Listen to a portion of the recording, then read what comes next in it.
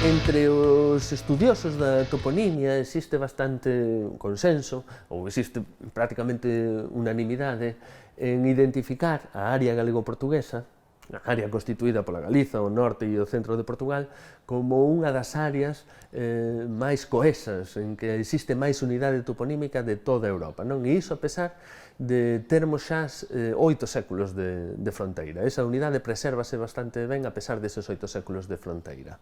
E non é preciso ser lingüista para notar esa unidade, non? Basta unha persoa atravesar a fronteira do Miño para notar, a medida que avanza pola estrada portuguesa e vai vendo letreiros con topónimos, para notar que moitos deses topónimos lle lembran topónimos que tamén existen deste lado da fronteira, do lado norte do río Miño. Bon, pois dentro desa unidade toponímica fundamental, existen dous grupos que afirman especialmente, dous grupos de topónimos que afirman especialmente esa unidade. Por un lado temos os fitotopónimos, que son os topónimos que teñen orixen en nomes de plantas e que aínda coinciden en moitísimos casos con palabras comuns que utilizamos na actualidade, como por exemplo ortigueira que ven de ortiga, ou un carballiño que ven de carballo, etc. etc.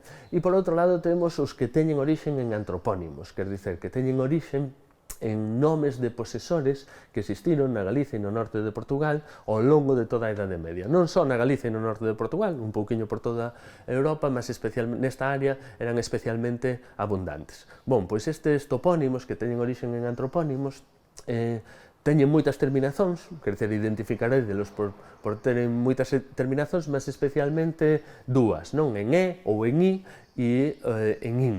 E esta terminación, en E, I ou IN, provén, por súa vez, dunha terminación latina de xenitivo que se podería traducir para os días de hoxe por D.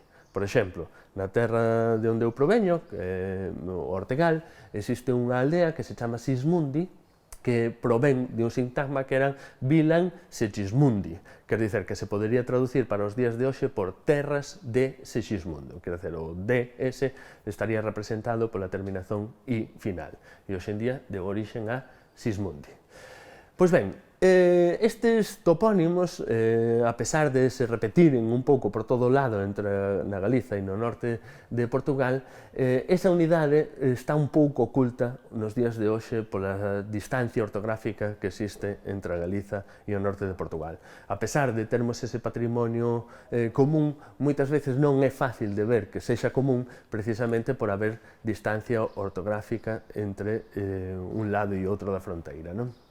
E iso, e vos diredes, bon, cada pobo escolle a ortografía que quer para representar os seus topónimos. E é verdade, non? Mas neste caso concreto, nesta área concreta, iso ten unhas consecuencias especialmente artificiosas, non?